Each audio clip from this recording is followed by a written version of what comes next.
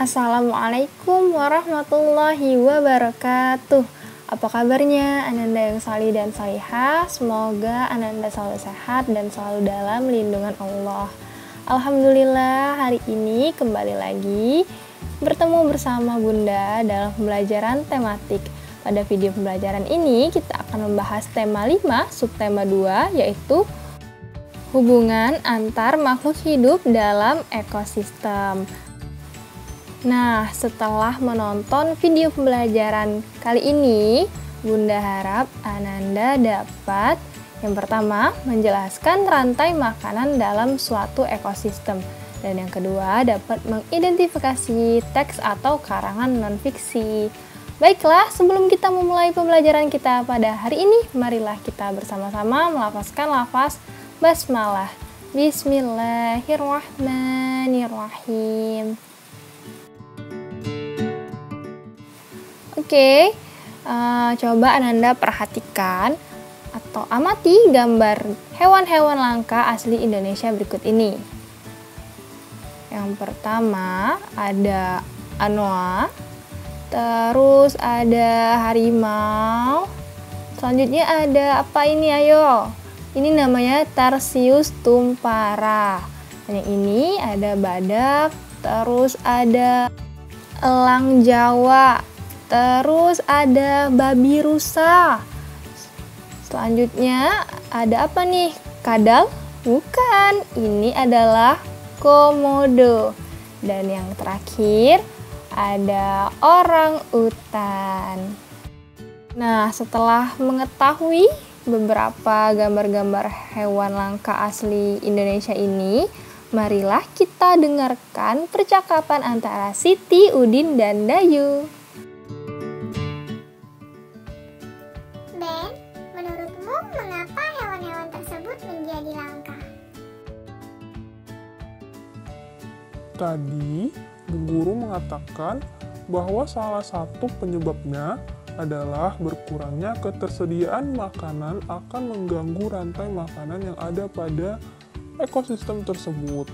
Apabila berlangsung lama dan terus-menerus, populasi salah satu hewan dalam rantai makanan tersebut akan berkurang. Betul juga ya, jika makanan mereka berkurang, populasi mereka juga akan berkurang. Tetapi apa sih yang dimaksud dengan rantai makanan dalam ekosistem? Mari kita cari tahu. Rantai makanan. Rantai makanan adalah perjalanan memakan dan dimakan dengan urutan tertentu antar makhluk hidup.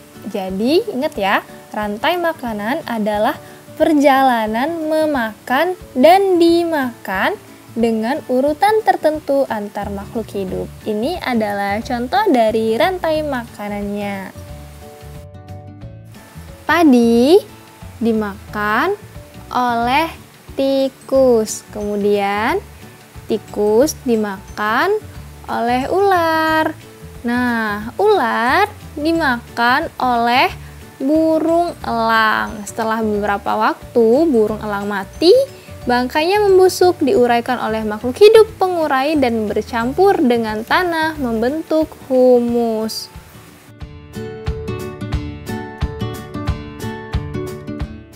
Humus sangat dibutuhkan tumbuhan, terutama rumput. Begitulah seterusnya sehingga proses ini berjalan dari waktu ke waktu. Nah, bagaimana dengan rantai makanan di laut? Nah, di lautan yang menjadi produsen adalah fitoplankton. Fitoplankton ialah sekumpulan tumbuhan hijau yang sangat kecil ukurannya dan melayang-layang dalam air.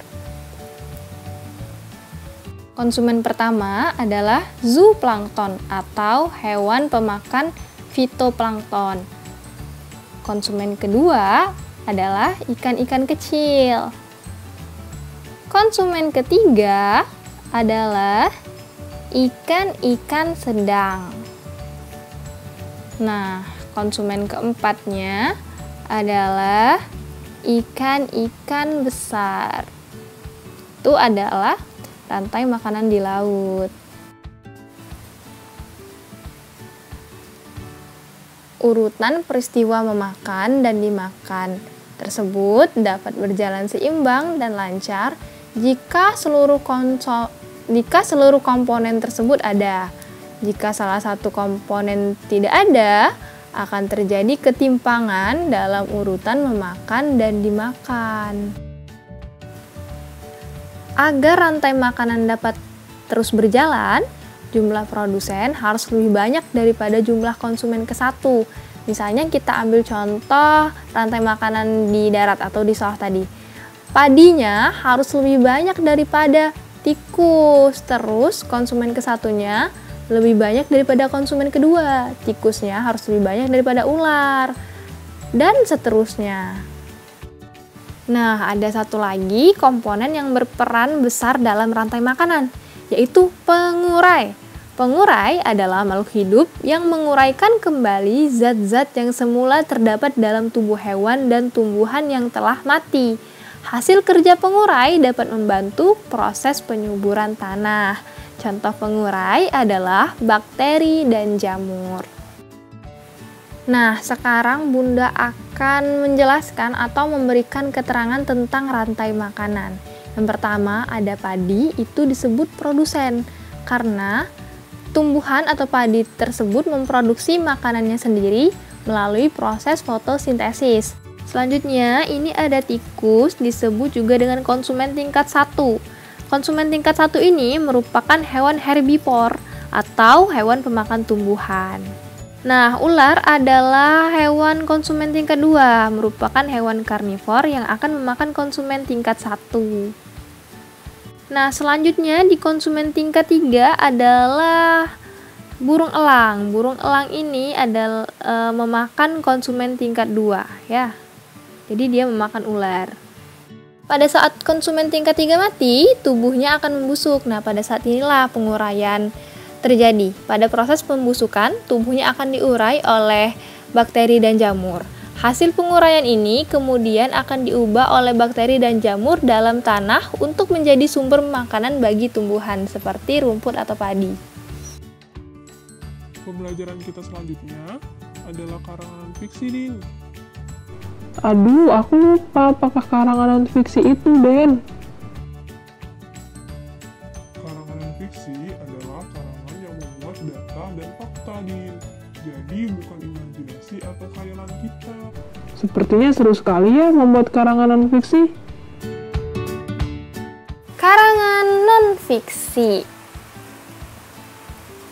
Karangan non-fiksi adalah karangan yang dibuat berdasarkan fakta, realita, atau hal-hal yang benar-benar terjadi dalam kehidupan sehari-hari. Jadi bukan khayalan seperti dongeng ya, karangan non-fiksi itu.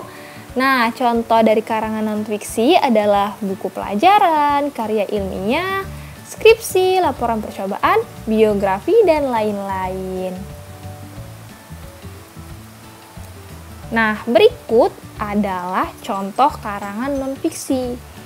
Silakan Ananda amati ya teksnya. Ini adalah teks yang dibuat berdasarkan data dan fakta, bukan khayalan. Itu ya.